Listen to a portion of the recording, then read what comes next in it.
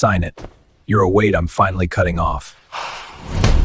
You're mocking the man who... The rain lashed against the floor to ceiling windows of the penthouse, mirroring the coldness in Julian's eyes.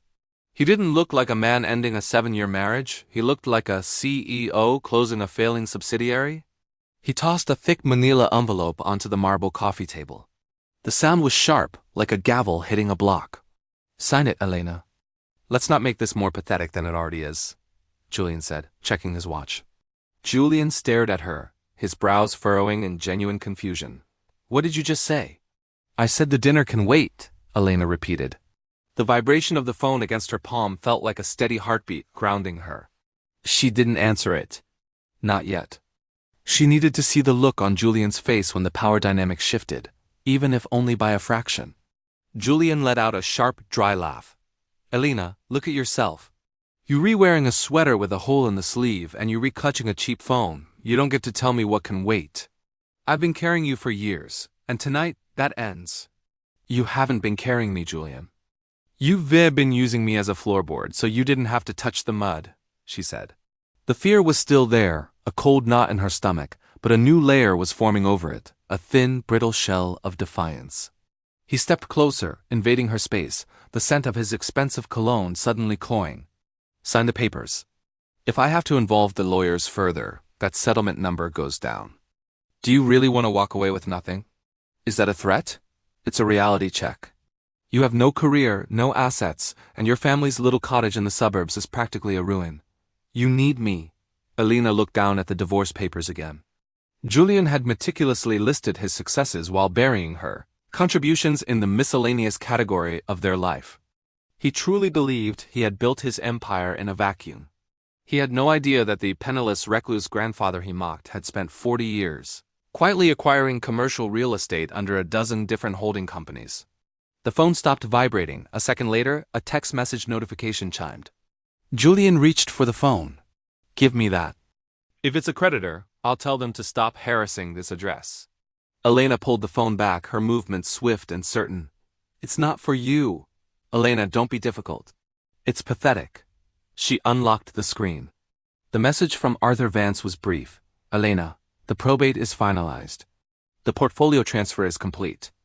You are now the sole owner of the Ridgecrest Holdings Group. We need to discuss the tenant list. Most of the downtown district is now under your name. She felt the room tilt. The downtown district. That included the very building they were standing in. It included the corporate headquarters Julian was so proud of. Who is it? Julian demanded, his impatience boiling over. If that asks some guy you've been seeing on the side to secure your future, just say it. I'd actually respect you more if you were that calculating. Elena looked at him, really looked at him, seeing the arrogance and the hollow vanity. You think everyone has a price, don't you? In this city, everyone does. Elena slowly picked up the pen again. Julian leaned in, a triumphant smirk returning to his face. Good girl. Sign it, and I'll have my driver take you wherever you need to go. Elena's hand didn't shake this time. She signed a document with a firm, elegant script. But as she pushed the papers toward him, her phone began to ring again. This time she answered it. Arthur? She said, her voice steady. Yes, I've just finished some minor business. I'll be downstairs in 10 minutes. And Arthur? Send the security team up to the penthouse. I'd like to change the locks immediately. Julian froze. What are you talking about? Pathetic? Elena whispered, her fingers trembling as she touched the edge of the paper. Is that what we are now? It's what this is, he gestured vaguely to the dimly lit living room. I'm moving forward. I have the merger with Sterling Group to finalize, and I can't have a weight around my neck anymore. Welcome, my story-loving friends. Stay blessed. Before we dive into this most interesting story, please support us by liking the video and subscribing to the channel. Elena looked up, her vision blurred by unshed tears. This was the man she had supported through 3 failed startups. The man she had worked double shifts for when his credit cards were maxed out. Now that he had finally reached the summit, he was cutting the rope. A weight? She repeated, her voice gaining a fragile edge. I gave you everything, Julian. My savings, my time, my family's trust. Julian scoffed, pacing the length of the rug. Your family's trust? Your father was a high school teacher. Elena, You had nothing to give but a few $1,000s and some encouragement. I need more than encouragement now. I need a partner who matches my status. Is she waiting in the car? Elena asked, the realization hitting her with sickening clarity. Julian paused, his silence more damning than a confession. Sasha understands the world I live in now. She doesn't look at me with that constant, draining hope for a simple life. I'm not a simple man anymore. Elena opened the envelope. Her eyes skipped over the legal jargon until they hit the settlement figure. It was an insult, a pittance that wouldn't even cover a year's rent in the city. This is it, she asked, after 7 years? It's more than you brought into this marriage, Julian snapped. Take it and go back to that quiet little life you miss so much. You're free now. Elena picked up the pen. Her hand shook so violently she had to grip her wrist with her other hand. She felt small, diminished, as if his words were physically shrinking her. She was at her lowest point, grieving her mother's recent passing and now losing her home. You're making a mistake, she breathed. I'm correcting one, he countered. Just as the nib of the pen touched the signature line, Elena's phone buzzed on the table. The caller ID showed a name she hadn't seen in years. Arthur Vance, senior partner. Julian glanced at the screen, a smirk tugging at his lips. Even your debt collectors are calling. Sign the papers, Elena. I have a dinner at 8. Elena stared at the buzzing phone. Arthur Vance didn't represent debt collectors. He represented her grandfather's estate, a man Julian had always dismissed as a penniless recluse. She didn't sign. Instead, she slowly stood up, the phone still vibrating in her hand. The dinner can wait, she said, her voice suddenly, unnervingly quiet. Julian stood frozen, his hand still hovering over the signed divorce papers. The triumphant smirk hadn't vanished, it had simply curdled into a mask of disbelief. Change the locks? Elena, the stress has finally cracked you. This is my lease.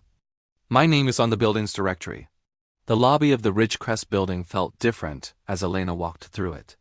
The polished granite and the hushed, expensive atmosphere used to make her feel like an intruder, a +1 to Julian's ambition. Now, the security guards straightened their posture as she passed. They didn't know her face yet, but they knew the authority in her stride. She sat in the back seat of a sleek black town car, Arthur Vance seated across from her. He was reviewing a digital ledger on a tablet, the blue light reflecting off his spectacles. Julian is calling my office every 3 minutes, Elena, Arthur said without looking up. He's realized that his corporate headquarters is technically sitting on your property. He's terrified you're going to pull his lease before the Sterling merger closes. Elena looked out the window at the city skyline. He should be. He spent 7 years telling me I had no head for business. I think it's time he learned how a real landlord operates. The Sterling Group is another matter, Arthur continued, finally looking up. They are old money. They don't like instability. If they find out Julian's personal life has compromised his professional standing, they'll drop him. Is that what you want? Elena felt a flicker of the old doubt, the urge to be nice, to be the bigger person. But then she remembered the way Julian had tossed those divorce papers, the way he had dismissed her father as a mere teacher, and the way he'd looked at his watch while breaking her heart. I want what's fair, Arthur. And Julian has always said that fairness is for losers. He believes in leverage. She turned her gaze back to the lawyer. Does he have any? None. His firm is leveraged to the hilt. He needed this merger to stay solvent. Without the Ridgecrest lease security, he's a house of cards in a windstorm. The car pulled up to a boutique hotel. Elena wasn't ready to go back to the cottage yet. She needed a base of operations. As she stepped out, her phone buzzed. It was a message from Julian. Elena, please, I was stressed. I didn't mean those things. We're a team. Let's have dinner tonight at our spot. Just us. Let's fix this. She deleted the message without replying. She felt a surge of strength, cold and steady. She wasn't a victim anymore. She was a strategist. Inside the hotel suite, she began her first move. She called the CEO of the Sterling Group directly. Mr. Sterling? This is Elena Thorne, or rather, Elena Vance Sterling. I'm the new owner of Ridgecrest Holdings. Miss Vance Sterling, the man's voice was warm, yet cautious. We were just discussing your family's portfolio. I hear your husband. Ex-husband, Elena corrected firmly. And that is exactly why I'm calling. I believe there are some sustainability issues with Mr. Thorne's firm that your due diligence team might have missed. I'd like to invite you to a private briefing. As she hung up, a knock sounded at her door. She expected room service, but when she opened it, she found Sasha, the woman Julian had mentioned with such pride. She looked pale, her expensive handbag clutched tightly against her chest. "Elena," Sasha said, her voice trembling. "We need to talk. He's losing his mind." Elena stood her ground, her silhouette framed by the luxury of the suite. "You're in the wrong room, Sasha. Julian's simple life is 2 blocks over." "He's going to do something desperate," Sasha whispered. "And he's not the only one with secrets." Elena didn't look at him. She was busy gathering her coat, her movements deliberate and calm. The frantic energy that had consumed her all morning was replaced by a strange, icy clarity. "The directory is out of date, Julian. As of 45 minutes ago, the leaseholder of this penthouse and the owner of the ground it sits on is Ridgecrest Holdings." "I know who Ridgecrest is," Julian snapped, his voice rising in pitch. "They're a private equity firm. They don't deal with people like you." "They certainly do not have time for a woman who hasn't held a job since the Obama administration." "My grandfather started Ridgecrest," Elena said, turning to face him. The doubt in her eyes was being systematically replaced by a cold, hard strength. "He lived in that ruin of a cottage because he didn't feel the need to perform wealth for people like you. He watched how you treated me, Julian. He watched you take my money and my youth. And he made sure that when he passed, I wouldn't just be okay. I'd be in charge." Julian's face went pale, then a mottled, angry red. "That's a lie. Your grandfather was a ghost. He lived on Social Security. You're making up stories to try and keep me. It's embarrassing." The elevator at the end of the private hallway chimed. 2 men in dark suits stepped out, followed by a man in his 60s with a silver briefcase. Arthur Vance didn't look like a debt collector, he looked like the man who owned the bank. "Elena," Arthur said, ignoring Julian entirely as he stepped into the room. "My deepest condolences on the loss of your mother. Your grandfather would be proud of how you're handling the transition." Julian stepped forward, his chest puffed out. "Vance? What is this?" "I've been trying to get a meeting with your firm for 6 months to discuss my office expansion." Arthur turned his head slightly, peering at Julian over the rim of his glasses with the same clinical interest one might show a biological specimen. "Mr. Thorne, I believe? Your expansion request was denied this morning. We don't find your company's growth projections sustainable." "You can't do that," Julian stammered. "I'm a preferred tenant."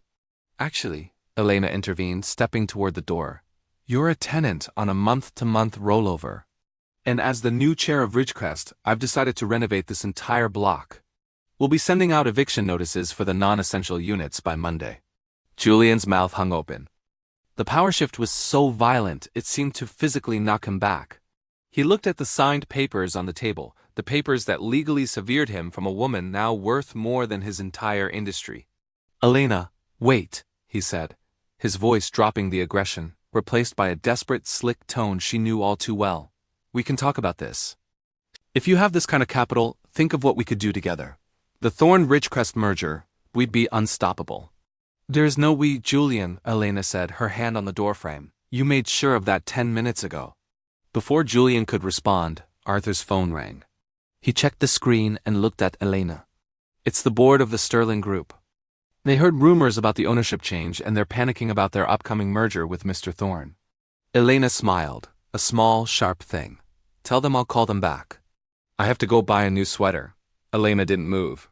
She leaned against the doorframe of her suite, looking at Sasha with a detached curiosity.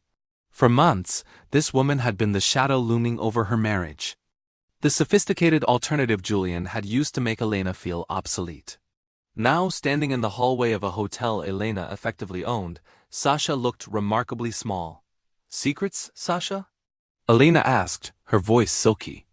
"In Julian's world, secrets are just currency. What are you trying to buy with yours?" Sasha glanced nervously down the hallway before pushing past Elena into the room. Elena let her. She wasn't afraid. The power shift wasn't just in her bank account, it was in the way she breathed. "Julian didn't just want a divorce because of status," Sasha said, pacing the plush carpet. "He's been skimming from the startup funds for years. He's been laundering the Sterling Group's pre-merger investments through a shell company. He told me it was for our future. But now that you have the property empire, he's terrified you'll audit the books as the new landlord." Elena felt a chill that had nothing to do with the air conditioning. She knew Julian was arrogant, but she hadn't realized he was a criminal. And why tell me this? You were his partner in all of this, weren't you? Sasha stopped pacing, her eyes filling with a desperate, calculating light. I was his partner until he told me an hour ago that I was expendable if it meant winning you back. He thinks he can seduce you into a reconciliation to save his skin. He's going to use the "we built this together" routine, Elena. He's coming here. He's on his way right now. And you want? I want immunity, Sasha snapped. And I want the payout he promised me. If I give you the account numbers to his offshore shells, you destroy him, and you leave me out of the wreckage. Elena walked over to the window, looking down at the street. A familiar silver sports car was pulling up to the curb. Julian. He was stepping out, smoothing his suit jacket, wearing that practiced, repentant look he used whenever he'd forgotten an anniversary or stayed out too late. Cruelty is loud, Elena murmured, a line from her grandfather's old journals echoing in her mind. But self-respect is quiet, what? Sasha asked. You're just like him, Elena said, turning around. You're both trying to trade pieces of people to stay ahead. But you forgot one thing, Sasha. I don't need your account numbers to ruin Julian. I already own the ground he walks on. A sharp knock sounded at the door. Elena didn't flinch. Hide in the bedroom, Elena commanded. What? No. Hide. Elena's voice was like steel. Or walk out that door right now and take your chances with the police. Your choice. Sasha scurried into the bedroom just as the knock came again, louder and more insistent. Elena checked her reflection in the mirror. She looked composed. Strategic, she opened the door. Julian stood there, holding a bouquet of Lille, her mother's favorite. The manipulation was so transparent it was almost insulting. Elena, he said, his voice dropping to that husky tone he thought was irresistible. I've been a fool. Seeing you today, seeing your strength, it made me realize I was throwing away the only thing that ever truly mattered. He stepped into the room, reaching for her hand. Elena pulled back, her expression unreadable. The merger is in trouble, Julian, she said plainly. Is that what matters? No, he lied, stepping closer. You matter. Let's fix this. Let's put the Ridgecrest assets and my firm together. We can be the most powerful couple in the city. Just like we dreamed. Elena smiled, but it didn't reach her eyes. I'm not the girl who dreams anymore, Julian. I'm the woman who wakes up. Julian's smile faltered, a flicker of irritation passing over his features before he smoothed it back into a mask of devotion. Elena, I know you're hurt. You have every right to be. I was blinded by the pressure of the business. But think about the legacy. Your grandfather's empire and my vision, it's what we were meant for. Your vision? Elena walked toward the minibar, pouring herself a glass of water, her back to him. Your vision involves skimming off the top of the Sterling Group's investments, doesn't it? The silence that followed was heavy and suffocating. Behind her, she heard Julian's breathing hitch. The charming husband persona was evaporating, replaced by the panicked calculations of a cornered man. Who told you that? Julian's voice was no longer husky, it was sharp and dangerous. That's a lie. It's a fabrication by someone trying to drive a wedge between us. Elena turned around, leaning against the counter. Is it? Because the audit I've already commissioned for the building lease has flagged some very interesting discrepancies in your firm's utility payments and corporate taxes. It's funny how a little thread leads to a whole sweater unraveling. Julian took a step toward her, his hands balled into fists. The threat was no longer emotional, it was professional and immediate. You think you're so smart because you fell into a pile of money? You don't know how to play this game, Elena. If you touch my firm, I'll drag your family name through the mud. I'll make sure everyone knows your grandfather was a tax-evading hermit. My grandfather was a strategist, Elena countered, her voice rising in strength. He knew exactly who you were. He didn't leave me this empire to make me a target. He left it to make me a shield. You're nothing without me. Julian roared, the veneer finally cracking. I gave you status. I gave you this life. You gave me a front row seat to your arrogance, Elena said, and now I'm giving you an exit. She reached into her pocket and pulled out a digital recorder, clicking the stop button. Julian's eyes went wide. Were you recording us? Standard procedure for a business meeting, Julian. And since you currently a tenant in breach of contract due to illegal financial activities on the premises, this is very much a business meeting. Julian lunged for the device, but Elena didn't move. She didn't have to. The bedroom door opened, and Sasha stepped out, her face a mask of cold fury. "He was going to give me up, Julian," Sasha said, her voice trembling with betrayal. "He told Elena I was expendable. He was going to pin the shell companies on me." Julian spun around, looking between the two women. For the first time in his life, he was the one without a script. He was the one waiting for the hammer to fall. "Sasha? You're here." "I'm everywhere you don't want me to be," Sasha said, looking at Elena. "I have the flash drive with the offshore routing numbers. Do we have a deal?" Elena looked at the woman who had helped destroy her marriage. She felt no pity, but she felt no need for petty revenge either. She felt only the cold requirement for justice. "The deal is," Elena said, looking at Julian, "that you leave. Now, before the Sterling Group's lawyers arrive for our dinner meeting in the lobby." Julian's phone began to ring. He looked at the screen. It was Mr. Sterling. He looked at Elena, then at Sasha, his face pale and hollow. "Elena, please," he whispered, his bravado gone. "This will ruin me." "No," Elena said, opening the suite door. "You ruined yourself. I'm just the one who turned on the lights." Julian stood in the doorway, his hand gripping the frame so hard his knuckles turned white. The ring of his phone was incessant, a digital heartbeat of a dying career. He looked back at the suite, a space that represented the pinnacle of the world he'd tried to conquer, only to realize he was being evicted from it in every sense. "You're really doing this?" he asked, his voice cracking. "After 7 years, you're going to watch me lose everything?" "I watched you walk away when I was at my lowest, Julian," Elena replied, her voice steady and devoid of the bitterness he expected. "I'm not watching you lose everything. I'm watching you face the consequences of your own choices. There's a difference." With a final, desperate look, Julian turned and walked toward the elevators. He didn't look like a titan of industry anymore. He looked like a man who had finally realized the floor he stood on was made of glass he had spent years shattering. As the elevator doors hissed shut, Sasha stepped forward, holding a small silver USB drive. Her bravado had faded, replaced by a wary survivalist twitch.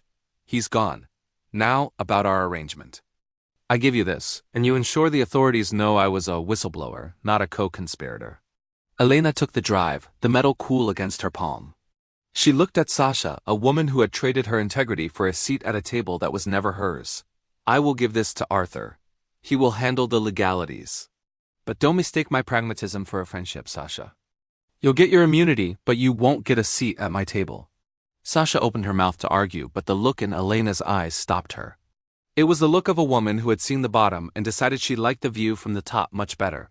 Sasha nodded curtly and followed Julian's path to the elevators. Silence finally reclaimed the suite. Elena walked to the balcony, stepping out into the evening air. The city lights twinkled like a carpet of diamonds, and for the first time, they didn't feel like a distant, unreachable dream. They felt like a responsibility. The door chimes rang again. This time, it was Arthur Vance. He entered with a tablet in hand, his expression one of grim satisfaction. "Mr. Sterling is downstairs, Elena. He's seen the preliminary audit. He's withdrawn the merger offer and is currently speaking with his board about a potential partnership with Ridgecrest instead. Julian's firm will be in receivership by Monday." Elena nodded, her gaze fixed on the horizon. "And the employees? The ones who actually did the work while Julian was playing at being a king?" "We can absorb the viable departments into Ridgecrest," Arthur said. "It would be a strategic acquisition." "Make it happen," Elena said. "I want the people who are loyal to the work to be protected. Only the architects of the fraud should fall." Arthur smiled, a genuine, rare expression. "Your grandfather always said you had a tempered soul, Elena. Strength without cruelty. I finally see what he meant." "I used to think being nice was my greatest weakness," Elena said, turning back to the room. "But I've learned that silence isn't weakness, it's a waiting room for the truth." The morning sun rose over the city, casting a golden glow on the mahogany desk in Elena's new office. It was a workspace that didn't rely on intimidation or cold chrome. It felt grounded, much like the woman now sitting behind it. On the corner of the desk sat a framed photograph of her father in his classroom, and a small, weathered stone her grandfather had kept in his pocket for 40 years. Arthur Vance entered, placing a single sheet of paper in front of her. "It's done. The receivership papers were served this morning. Julian's firm has officially folded. His personal assets are being liquidated to cover the Sterling Group's losses. Elena scanned the document. There was no rush of adrenaline, no surge of spiteful joy. There was only a profound sense of peace. And Julian? He's moved into a studio apartment on the outskirts. He tried to call the office twice this morning, claiming he had consultancy value for the transition. I took the liberty of blocking his number from the main switchboard. Elena leaned back, looking out at the buildings that now bore her family's legacy. He still doesn't get it. He thinks power is something you take. He never understood that true power is something you earn by being someone people can trust. "What are your orders for the downtown revitalization project?" Arthur asked. "We start with the community center," Elena said firmly. "The one Julian wanted to tear down for a luxury parking garage. We're doubling its funding. My father always said that a city is only as strong as its smallest voices." As Arthur left, Elena's personal phone buzzed. It was a private message. No name, just a string of numbers. "I lost everything, Elena. I hope you're happy." She didn't delete it this time. She typed a short response, her fingers steady and certain. "I didn't make you lose anything, Julian.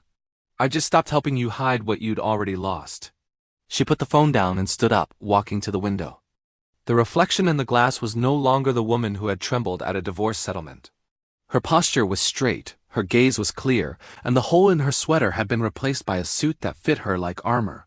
She realized then that the $20 million property empire wasn't the inheritance that mattered most. The real gift her grandfather had left her was the opportunity to choose herself. He had provided the stage, but she had written the script. The door opened again, and her new assistant peered in. "Ms. Vance Sterling? The board is ready for the morning briefing. They're waiting for your direction." Elena took a deep breath, feeling the weight and the warmth of her new life. She thought of the years she spent shrinking herself to fit into the shadows Julian cast. Those days were over. "Tell them I'm coming," Elena said, her voice resonant and full of command. "And tell them we're going to do things differently from now on."